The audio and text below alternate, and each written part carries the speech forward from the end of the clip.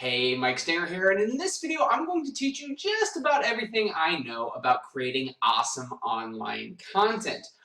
Granted, we don't have all day, so think of this as more of the short and sweet version. Also, I'm no fancy video editor, so please forgive me for not having rad graphics and these cool angles and cool cutaways. I'm just here to share with you what I've learned from my handful of years as a writer and copywriter, and maybe it can help you in your business. At this point, you've probably heard the saying, content is king, but why is that?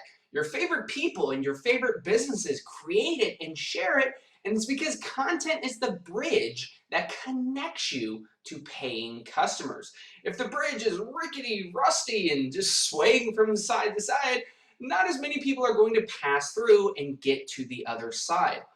Ultimately, and jot this down, the purpose of content is to capture and convert attention. The purpose of content is to capture and convert attention. If you're not capturing and converting that attention, you're not putting more money in your pocket. The secret to creating awesome online content is this: write great stuff. That's it in a video. See ya. But no, it's a lot easier said than done. Of course, you need to create great stuff and write great content, but it's much deeper than that. And before jumping into the underlying things, which we'll get into here in a moment, I think it's really important to reframe things. A lot of people really get held up and overwhelmed with the idea of creating content. It's like, oh, I have to create all this content. I have to put all this content out there. But really, content is just communication, and communication is how you interact with others. So instead of obsessing and focusing on creating content, think about, how can I better communicate with the people I'm trying to reach? And so with content, people want to just dive right in, like, oh, I'm going to crank out all these blog posts, I'm going to crank out these emails, I'm going to put together this sales page, I'm going to put together these ads. But there's a big mistake there, and I want you to jot this down. It's not just a content problem, but a clarity problem. It's not just a content problem, but a clarity problem. And so people are just diving in with the content, but they're not thinking about the why, the reasoning behind this content, the underlying reasons.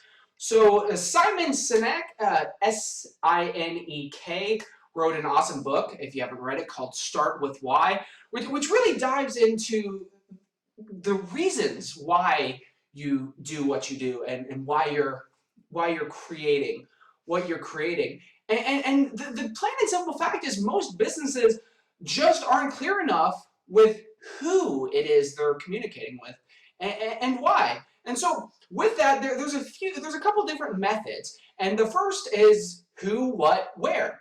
It's very similar to who, what, where, when. But the first one, who, is who are my people? Who are the people I'm trying to reach? Who are my ideal customers? What are they all about? What do they have going on? Who are they? And the second one is the what. So what are their problems? What are they struggling with? What issues are they having? What problems can I help them solve? And the third thing is the where. Where can I communicate with them? Where can I best reach them? Is it through Facebook? Is it through email? Through my blog? Like, how can I best reach them, and how can I best communicate with them? And so once we have the who, what, and where tied down, we get into the 5 critical questions for creating that awesome content. And the first question is it focused? And this isn't just, is it focused on the ideal person I'm trying to reach, my main customer, but does it follow a focused structure? Is it all over the place? Are you jumping from this subject to this subject? Does it properly flow? So when people start reading this thing, do they naturally just keep going and keep wanting to keep reading? Does it have this good flow to it? Is it focused? The second thing is it understandable? Is it clear? Is it simple? can the person who is reading this content, who is consuming this content, are they able to really comprehend it? Is it in their voice? Is it in their kind of language? Because if it's difficult to consume, they're not going to check it out. They're not going to read it. They're going to read a couple sentences and bounce and move on to the next thing. And then the third question is it helpful, entertaining, or both? And these are criteria that I have found really apply to the best content out there. You know, everyone is a little selfish. You know, you watching this video right now, you are still watching this video because you want to get something out of it. So that's a really big criteria there. Is it helpful? Is it useful? And is it entertaining? You know, we all like to be entertained. We like to laugh. We like cool things and interesting things. And entertainment is a big aspect.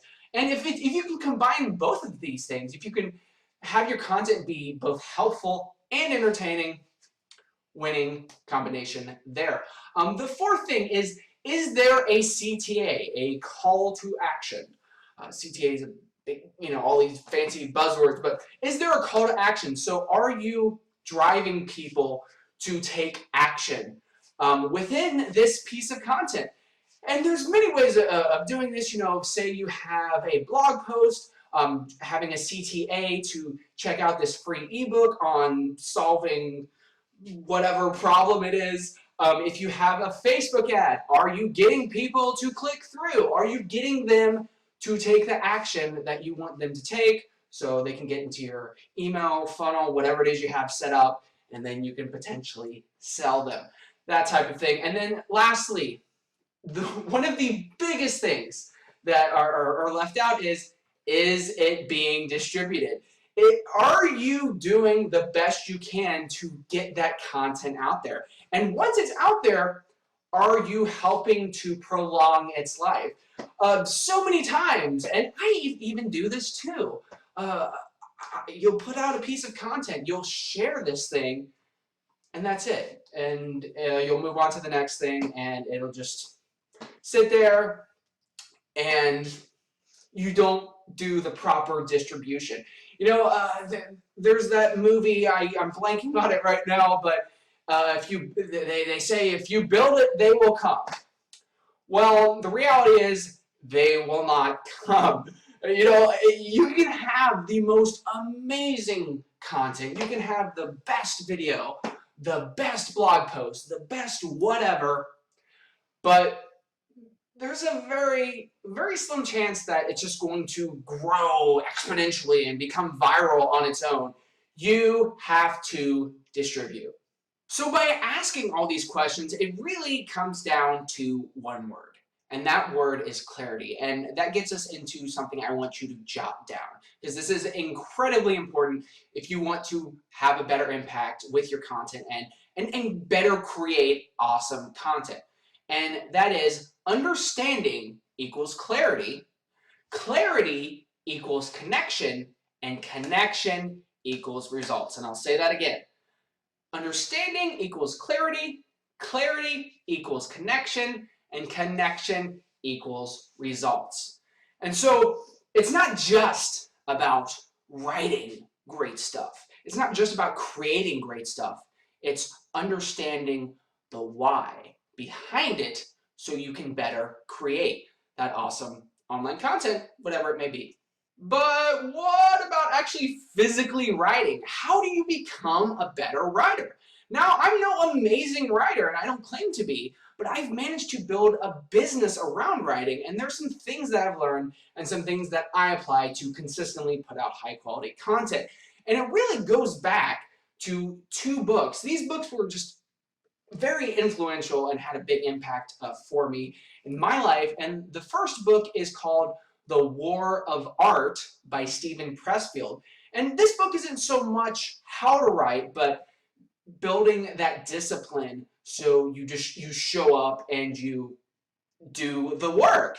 And it just goes into a lot of that kind of thing, which is really important if you want to do a good job. Because writing is just like a muscle.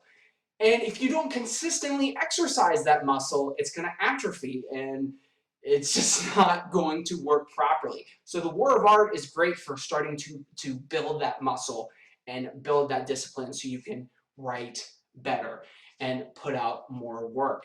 And the second book is more helpful on the copywriting front, but it also helped in some other areas. And that was the Adweek Copywriting Handbook by Joseph Sugarman.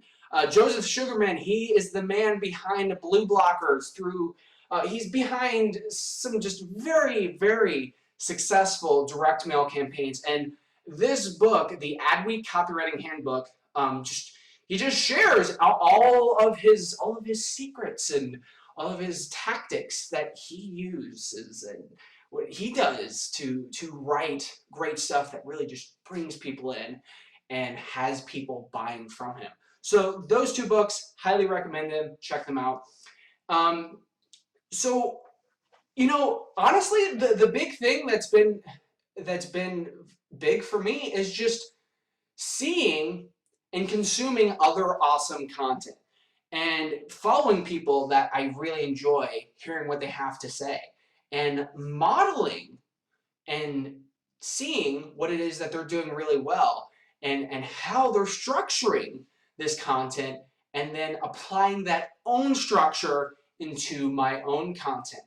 And you really build this up just through showing up every day, just doing the work and putting out consistent content. You can't expect to just be fantastic, and you can't always expect some content to do amazingly well. You have to be comfortable with some content just honestly sucking. And you just have to be comfortable with the process. You have to really commit yourself to this process of just consistency. And so by seeing and analyzing other awesome content and applying those structures, not copying, we're not saying copy and paste what they're saying. I'm saying the structure. How is it outlined? How is it put together?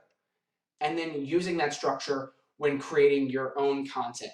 You know, figuring out what is it that makes this work so well, and then adding your own unique voice to it. And you know, there's no easy way. There is no easy way. I'm sorry, there's no push button system. There's no, you know, $47 thing you can buy.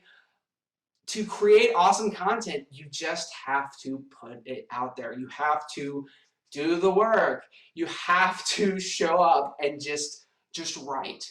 But how do you write when you're dealing with writer's block? You know, writer's block is a huge thing. And for me, I have it every once in a while, and you know, a lot of people do. But how you get through writer's block is a couple different ways. So one thing that I found to work really well, and something that helps tremendously, and it's influential in many other areas of your life, not just writing, but getting your body into the right physical and mental, emotional state. And you know, that alone is an entirely different topic, an entirely different video. But when your mind is right and when your body, you're physically in great shape and your brain is just firing properly, you can better get into that flow state. You know what I'm talking about. That state where you're just, everything is just working out and things just seem perfect. So that's a big thing right there. So physically and mentally getting in the right space, getting in the right game. The second thing to conquer writer's block is to write. I know this sounds crazy. Oh, I get through writer's block by writing, and this is something I learned from Tim Ferriss, who wrote the 4-Hour Workweek, 4-Hour Body, all of these, wrote all this great stuff, has an awesome podcast. But what he does is he just spends 30 minutes, and you know, you don't even have to do 30 minutes. You can just spend a little while writing about something totally different, something else, but something that you're interested in and that intrigues you. and just writing on that. And by writing about that thing and writing about these things that are different from that, you get yourself into that state. You get into that flow of writing, and then once you get that momentum, boom, you can go on to the next thing.